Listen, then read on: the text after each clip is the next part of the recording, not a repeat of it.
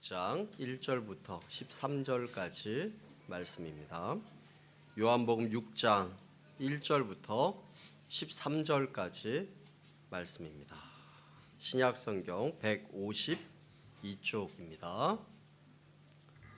제가 읽도록 하겠습니다. 그 후에 예수께서 디베랴의 갈릴리 바다 건너편으로 가시매 큰 무리가 따르니 이는 병자들에게 행하시는 표적을 보았음이로라. 예수께서 산에 오르사 제자들과 함께 거기에 앉으시니 마침 유대인의 명절인 유월절이 가까운지라. 예수께서 눈을 들어 큰 무리가 자기에게로 오는 것을 보시고 빌립에게 이르시되 우리가 어디서 떡을 사서 이 사람들을 먹이겠느냐 하시니 이렇게 말씀하시면 친히 어떻게 하실지 아시고 빌립을 시험하고자 하심이라. 빌립이 대답하되 각 사람으로 조금씩 받게 할지라도 200데나리온의 떡이 부족하리이다. 제자 중 하나 곧 시몬 베드로의 형제 안드레가 예수께 여짜오되 여기 한 아이가 있어 보리떡 5개와 물고기 2마리를 가지고 있나이다. 그러나 그것이 이 많은 사람에게 얼마나 되겠사옵나이까. 예수께서 이르시되 이 사람들로 앉게 하라 하시니 그곳에 잔디가 많은지라. 사람들이 앉으니 수가 5,000명쯤 되더라. 예수께서 떡을 가져 축사하신 후에 앉아있는 자들에게 나눠주시고 물고기도 그렇게 그들의 원대로 주시니라. 그들이 배부른 후에 예수께서 제자들에게 이르시되 남은 조각을 거두고 버리는 것이 없게 하라 하시므로 이에 거두니 보리떡 5개로 먹고 남은 조각이 12바구니에 찼더라. 아멘. 앞뒤 좌우에 있는 사람들과 이렇게 인사했으면 좋겠습니다. 당신과 함께 예배드리게 되어서 너무 좋습니다. 한번 이렇게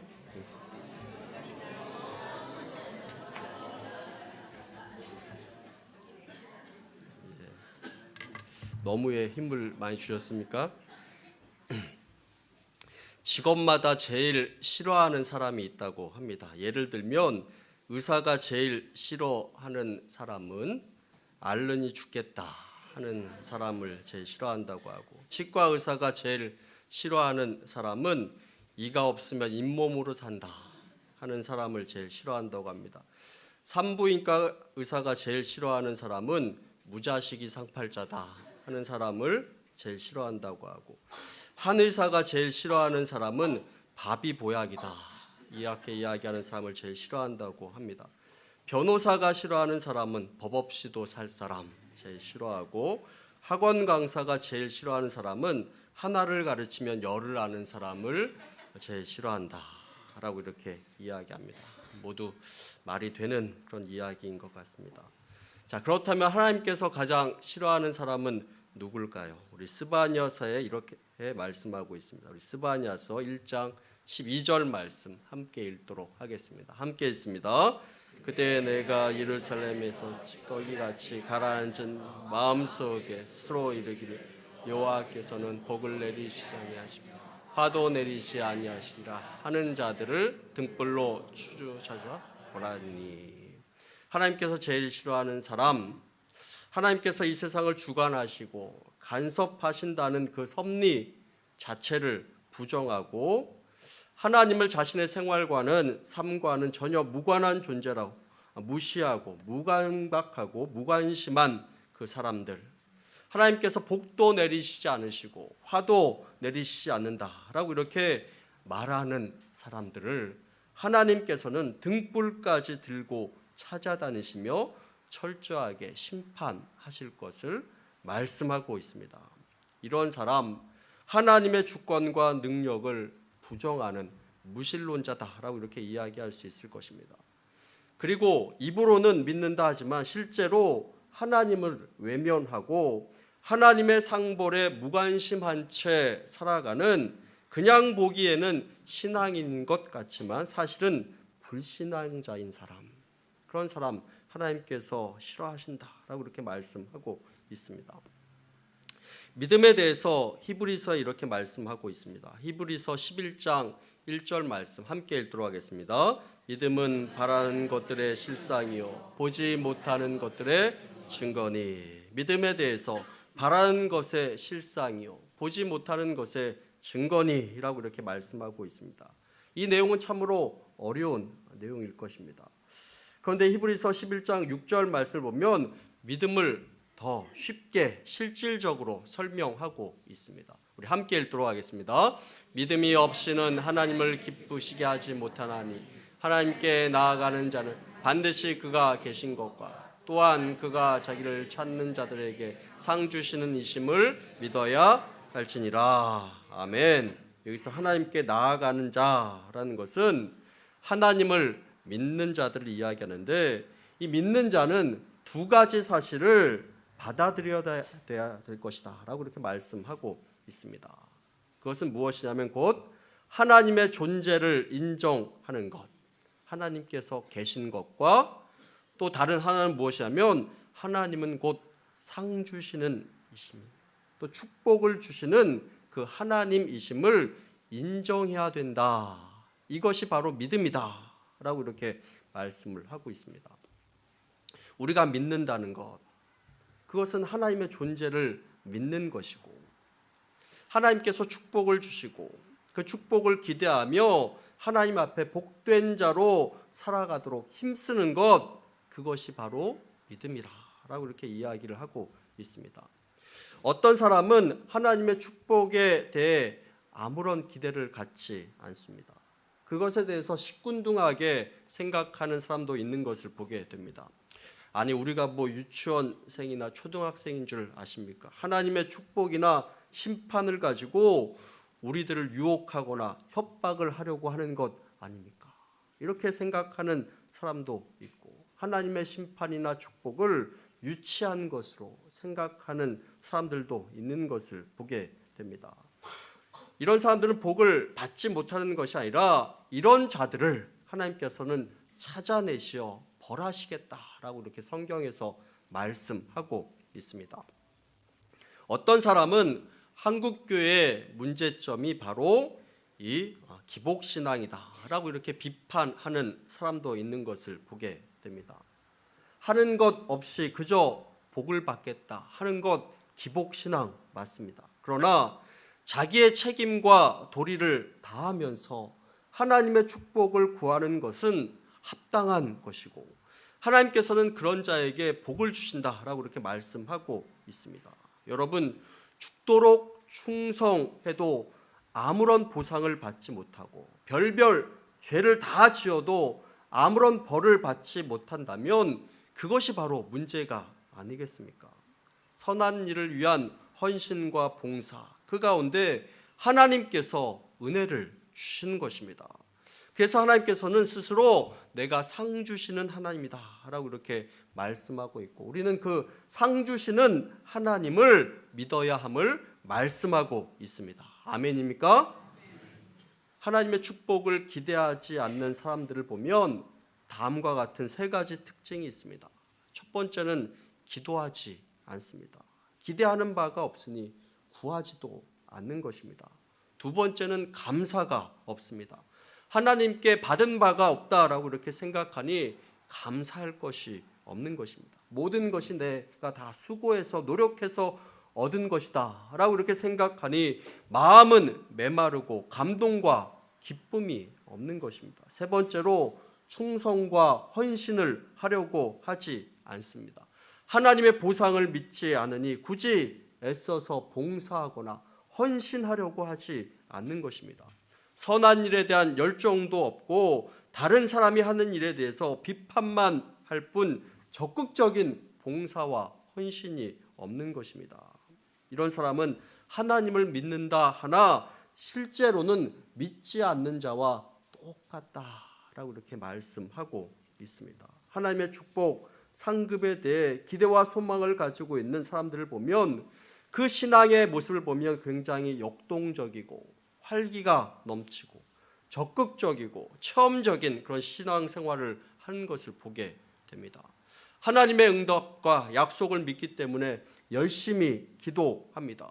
그리고 하나님의 보상과 축복을 믿기 때문에 충성하고 헌신을 하는 것입니다. 이로 인해 늘 기쁨과 감사가 있고 감격이 있고, 그래서 그 신앙생활이 굉장히 적극적이고 또 역동적인 것입니다.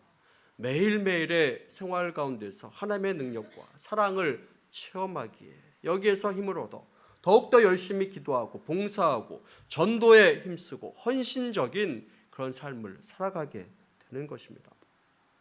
고든 맥도날드는 이렇게 이야기하며 성경은 하나님의 축복을 받은 사람들의 일람표다라고 이렇게 말을 했습니다. 즉 하나님의 축복을 받은 사람들을 기록하고 있다. 계속적으로 기록하고 있다라는 것입니다. 하나님께서 아브라함을 불렀을 때 창세기 12장 2절부터 3절까지 말씀을 보면 우리 함께 읽도록 하겠습니다. 내가 너로 큰 민족을 이루고 내게 복을 주어 내 이름을 창대하게 하리니 너는 복이 될지라. 너를 축복하는 자에게는 내가 복을 내리고 너를 저주하는 자에게는 내가 저주하리니 땅의 모든 족속이 너로 말미암아 복을 얻을 것이라 하신지라. 이 말씀대로 이 약속대로 아브라함은 복되게 살았습니다. 그뿐만 아니라 믿음의 조상들 이삭, 야곱, 요셉, 다윗, 다니엘 수많은 사람들이 하나님의 축복을 받았다라는 것을 우리가 성경을 통해서 확인할 수 있습니다.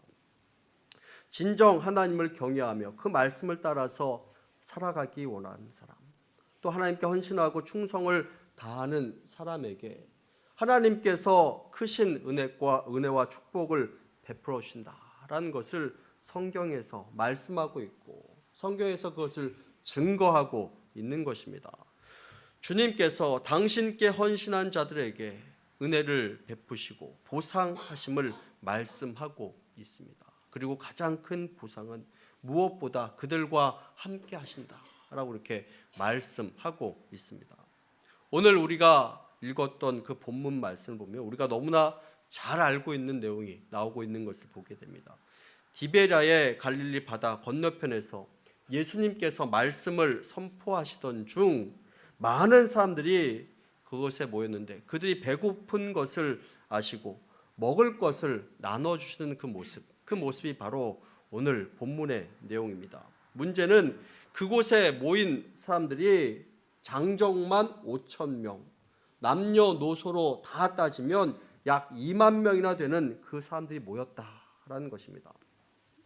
이 많은 사람들에게 갑자기 먹을 것을 구해서 나눠준다는 것 거의 불가능한 일이었습니다.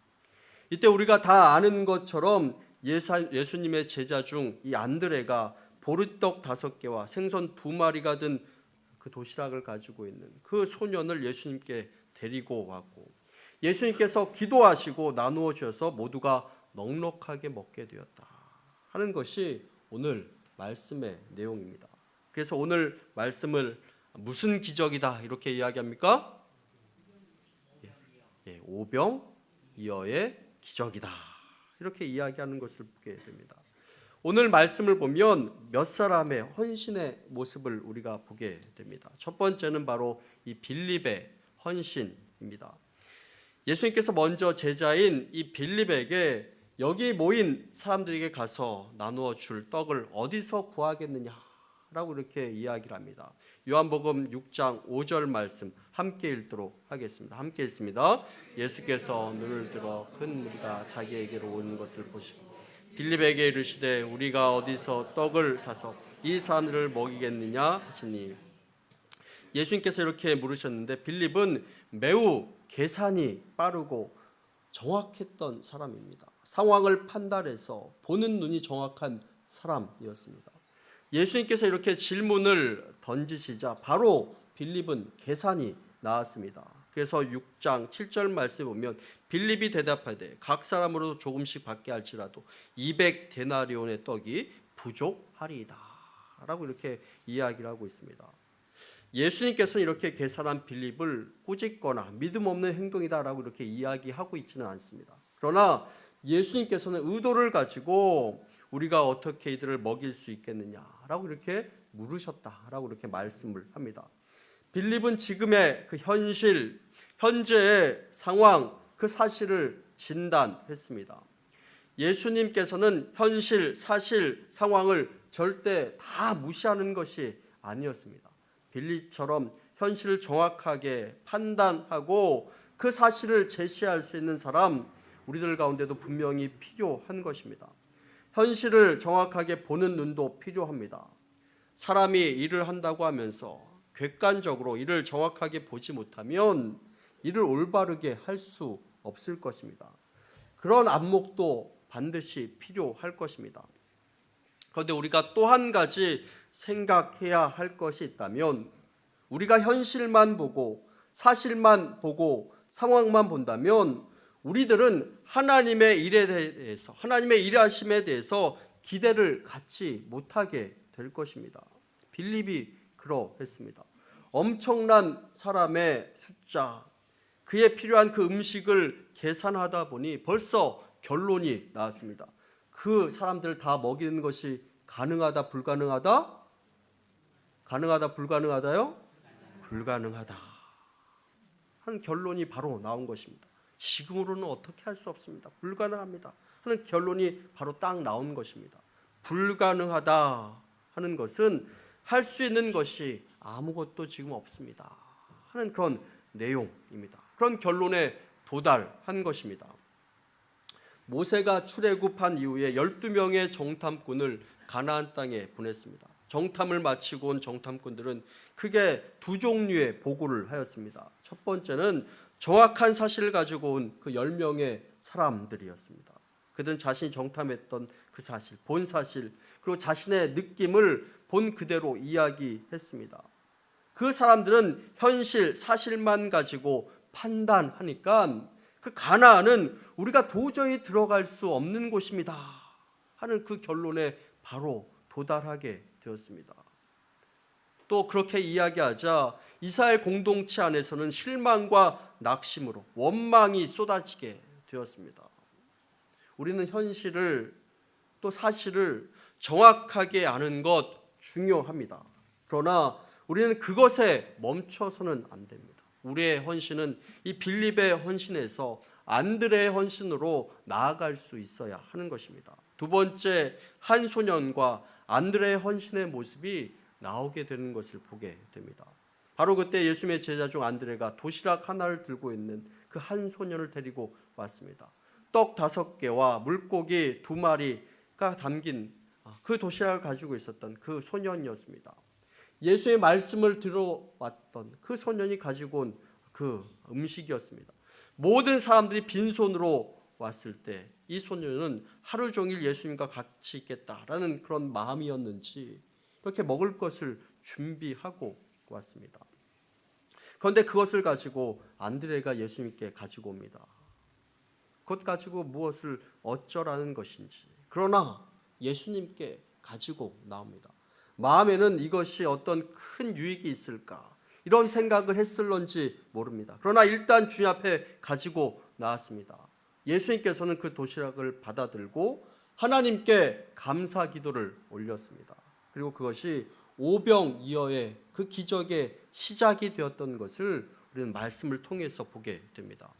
아무리 부족하고 아무리 보잘것없는 헌신이라도 그것이 예수님께 드려지면 그것은 위대한 역사가 되는 줄로 믿습니다. 내가 대단한 헌신을 했기 때문이 아니라 우리가 작은 헌신을 했을지라도 그것을 하나님께서 받으셨기 때문에 위대한 역사가 되는 것입니다. 우리의 신앙생활은 예수님과 함께 하나님의 이야기를 만들어 가는 것입니다. 내가 다 계산하고 내가 다 판단하고 그 이야기를 다 마무리해서 예수님께 가지고 나오는 것이 아니라 예수님과 함께 나의 삶의 이야기를 만들어 나가는 것이 바로 우리의 신앙생활이고 그것이 바로 헌신인 것입니다.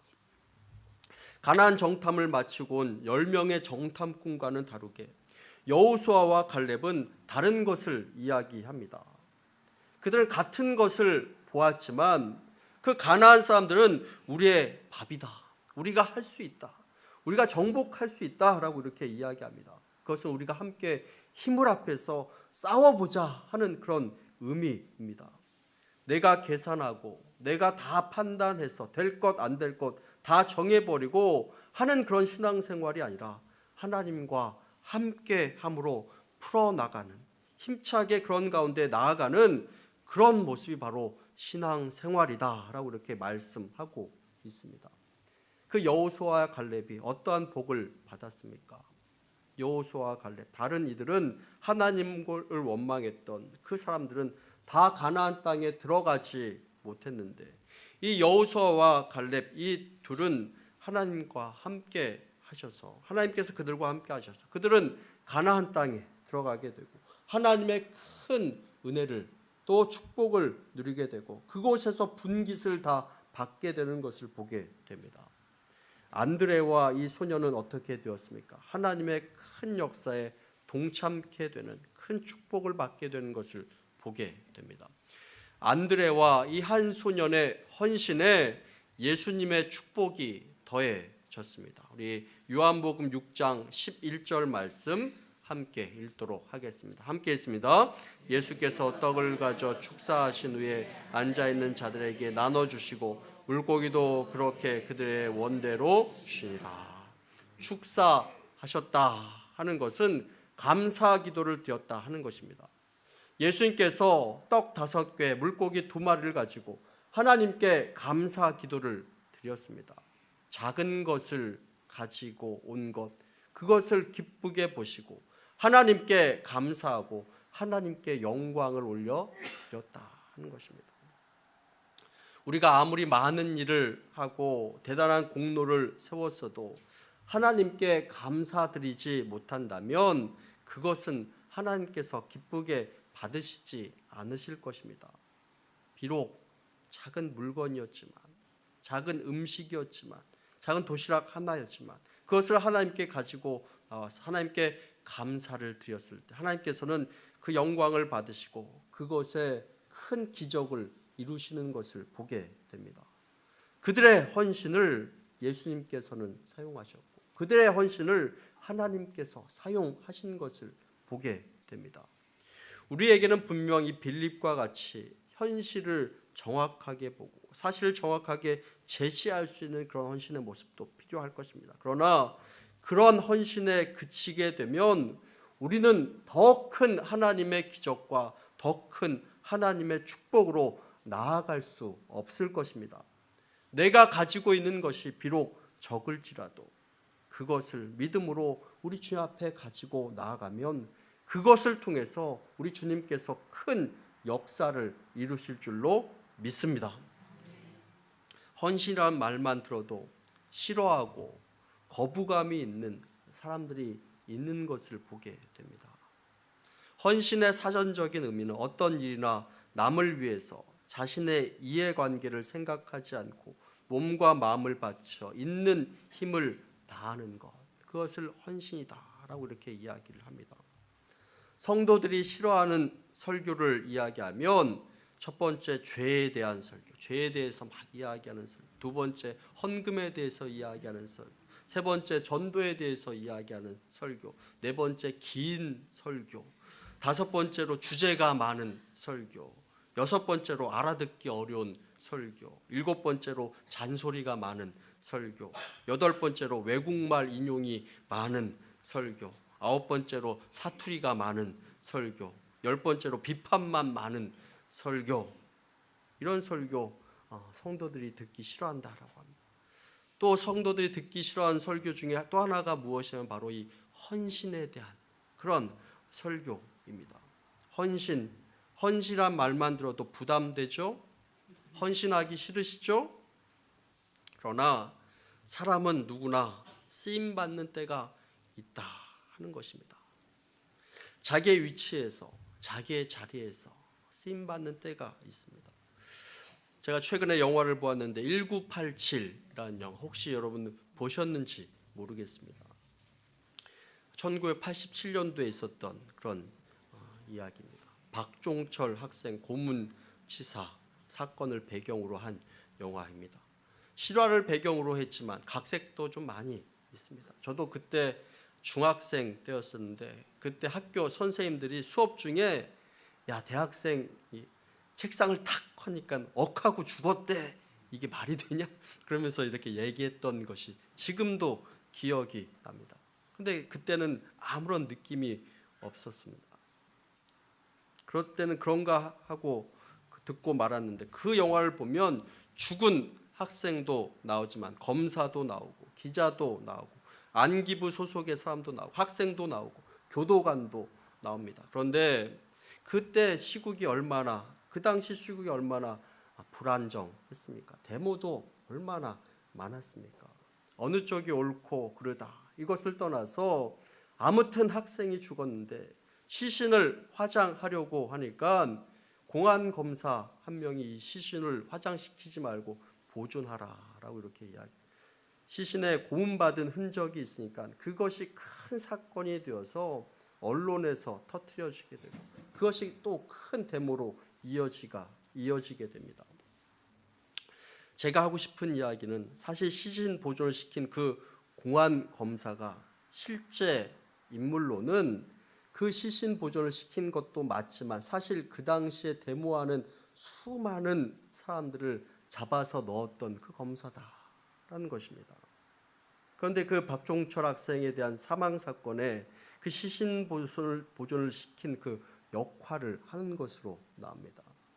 그 당시 검사도 언론인들도 매번 옳은 일, 좋은 소리, 옳은 소리만 냈던 것은 아니었을 것입니다. 때로는 먹고 살기 위해서, 그 자리를 지키기 위해서 옳은 행동, 옳은 소리를 못 냈지만 그 사건 때는 야 그래도 이거 좀 너무한 것 아니냐 하면서 일어나서 행동했던 또 다수의 사람들이 있었기에 이 사회가 큰 변혁이 일어난 것이다 하는 그런 생각을 해봅니다. 그 자리에서 그 역할을 했던 사람들이 있었던 것입니다. 그러면서 그 영화에 대한 평을 하면서 그때 일을 평가하면서 사람들이 이야기하기를 사람들이 때로는 권력에 몸을 숙이기도 하고 옳은 소리를 못 내기도 하지만 때로는 또 그 자리에서 쓰임 받는 때가 또 한 번씩은 있다라는 그런 이야기를 합니다. 우리들의 인생 가운데서도 우리가 있는 자리에서 한두 번씩은 꼭 쓰임 받는 때가 있는 것입니다. 여러분 성경에 보면 하나님의 인도로 하필 꼭 필요한 때 그 자리에 있어서 쓰임 받는 그 사람의 이야기가 나오게 되는 것을 보게 됩니다. 바로 에스더입니다. 우리 에스더서 4장 13절부터 14절 말씀 함께 읽어보도록 하겠습니다. 함께 읽습니다. 모르드게가 그를 시켜 에스더에게 화답하되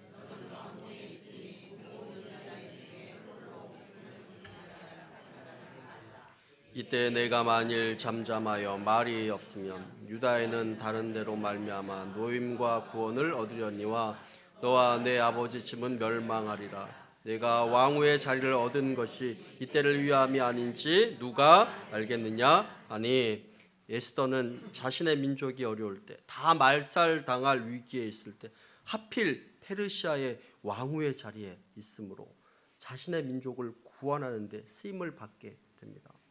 너가 왕후의 자리를 얻은 것이 이때를 위함이 아닌지 누가 알겠느냐? 우리를 지금까지 인도하신 것이 이때를 위함이 아닌지 누가 알겠느냐? 우리를 지금 이 자리에 세운 것 이때를 위함이 아닌지 누가 알겠느냐? 올해 나에게 이 직분을 맡기신 것이 이때를 위함이 아닌지 누가 알겠느냐? 여러분들이 맡으신 일 모두 하나님께서 올해 여러분들의 헌신이 필요해서 맡기신 일인 줄로 믿습니다. 우리의 노력과 헌신이 필요한 것이 많이 있습니다. 사람은 다 쓰임받는 때가 있습니다. 그 때가 지나면 그 기회는 잘 오지 않습니다. 올해가 그때인지 누가 알겠습니까? 지금의 때를 위해서, 올해를 위해서 여러분들을 준비시킨 것인지 누가 알겠습니까? 하나님께서 헌신에 대해서 말씀하고 있습니다. 그리고 축복에 대해서 말씀하고 있습니다. 헌신하는 자에게 하나님의 은혜를 더하신다라고 이렇게 약속하셨습니다. 올해 우리의 마음에 헌신을 새길 수 있게 되기를 원합니다. 그래서 한 걸음 더 나아가는 믿음, 헌신, 사랑, 그 헌신의 발걸음이 한 걸음 더 나아갈 수 있는 저와 여러분들 다 되시기를 간절히 축원합니다. 함께 기도하겠습니다.